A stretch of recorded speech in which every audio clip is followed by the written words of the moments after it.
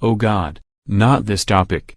The 90s kids debate, huge comment wars with tons of numbers arguing about who born in which year could consider himself or herself a 90s kid. Oh God, you know, I wanted to do this video much earlier, but I wasn't too sure about it. But now, this video just has to be made.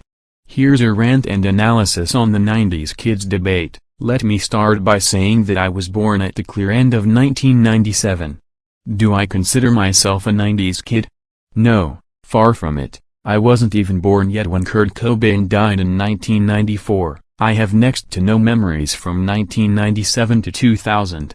I do have a few vague memories of 2000 and late 1999, but vague is vague. The first year that I really consider to be part of my childhood is 2001. That's when I was in preschool. During my early childhood, the most mainstream music genre was post-grunge. There was Matchbox 20, there was Puddle of Mudd, there was Stained, there was Three Doors Down, there was The Calling, there was Lifehouse, and dare I say it, there was Nickelback, and there was Creed.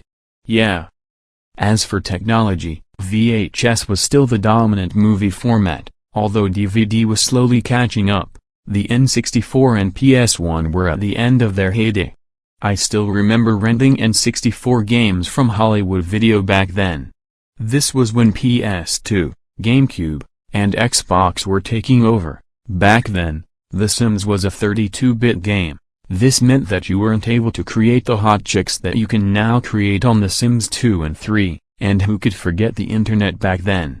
Good old America Online dial-up. Beeping and screeching and welcome.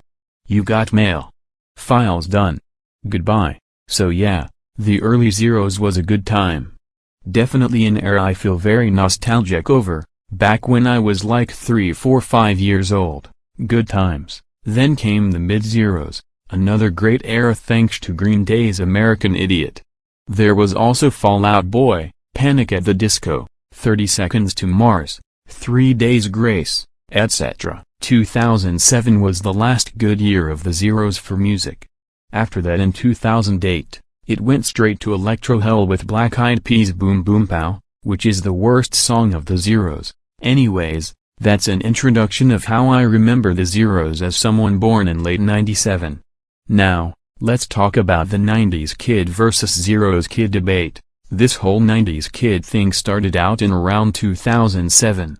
At the time, all it was just a group of teenagers reminiscing their childhood in the 90s, which isn't bad at all, but then in around 2009, there was all of a sudden these younger kids born after 1994 calling themselves 90s kids, which then got the 80s born true 90s kids to say no you aren't. The reason why these post-94 borns probably called themselves 90s kids was probably because they were brainwashed by the 90s kid videos that said 90s was heaven and zeros was hell. Now in the 2010s, the whole 90s kids debate has been blown out of proportion. Too many definitions, too many numbers in every comment section of every 90s or zeros kid video. Some say you have to be born in the 80s.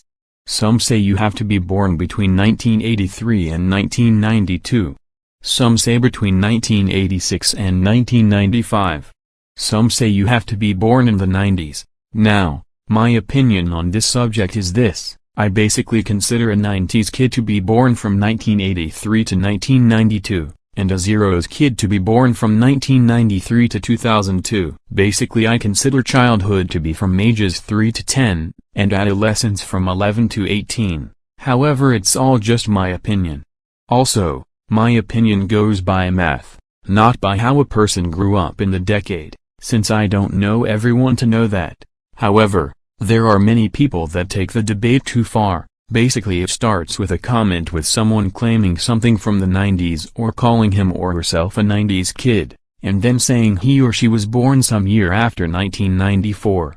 The comment is then seen by some basement dweller in his 20s who gets too uptight by hearing some teenager calling him or herself a 90s kid. The basement dweller replies with something like no you are not, you were born in 96, 97, 98 etc. You missed out. What a loser you are. You missed out on the holy decade.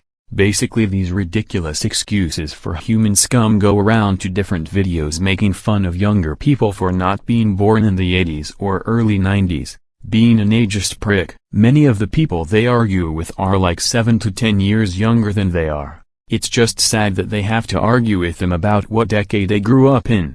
To all you elitist 90s kids, listen up, you guys are in your 20s now, and you guys act like you're 13.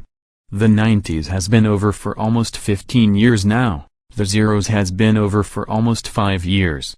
We are now in the mid-10s, move out of your parents' basements, get a job, get a good career, just stop arguing with teens on the internet, it's pathetic. Also, the reason why these zeros kids want to be 90s kids is because you guys keep telling them that the 90s was like heaven and the zeros was like hell.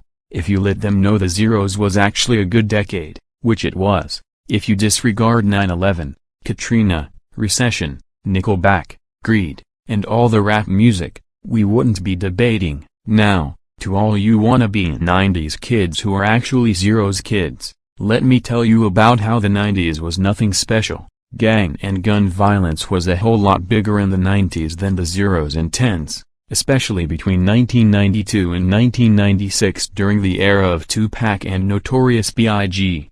Everyone by now should probably know about Rodney King. He had a lot to do with gang riots. 90s fashion was terrible. The grunge look is just bad.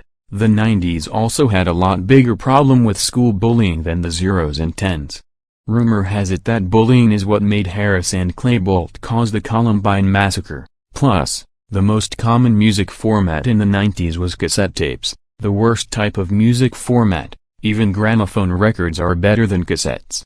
The tape always gets stuck, and you guys still want to be 90s kids. It's because of how the mid to late 80s and early 90s babies are brainwashing you into thinking the 90s was perfect when it wasn't. Now before I end this video, let me tell you about when I think the cultural transition of the 90s to zeros and the zeros to tens was. After listening to all the music in the 90s and seeing the fashion and tech, I believe the cultural last year of the 90s was 1997, not 1999, or not 2003 or 2004 as many people say. 1997 is when Soundgarden disbanded, and grunge was dying. In was coming pop-punk boy band Princess Pop nu metal and post-grunge to take over. The zeros from a cultural perspective was 1998 to 2007, not 2000 to 2009. 1998 to 2002 being the millennial post-grunge boy band Princess Pop nu metal 5th to 6th gaming generation transition Windows 98 half of the cultural zeros, 2003 to 2007 being the gothic emo pop punk dark alt rock crunk hip hop 6th to 7th gaming generation transition Windows XP half of the cultural zeros, although 2003 still had a millennial era feel to it. It was in this year when Simple Plan and 3 Days Grace hit the mainstream to start off the Gothic era. 2008 is when the zeros was ending and the tens was beginning thanks to Lady Gaga, Katy Perry, and Black Eyed Peas' Boom Boom Pow song. Plus the election of Barack Obama, so basically the tens kinda started in 2008 like the zeros kinda started in 1998. Presumably the last year of the cultural tens will be either 2016 or 2017. They say that by around 2018 there'll be a 80s trend revival. Chances are the tens culture is losing its influence already here in 2014, and the quintessential year of the tens was either last year or 2012. The tens might be the first decade since the 30s where the earlier years more significantly describe the decade's culture than the mid or later years. Either way, the tens is the worst decade ever. #swag and YOLO, mainstream music is all electronica. At least it's a good decade to be a hipster. Anyways, I'm done with my rant/analysis on the 90s kids debate. The 90s wasn't a bad decade, but it's nowhere near as good as people make it out to be. Anyways, the video is now over. Roll the Go Animate end of video animation.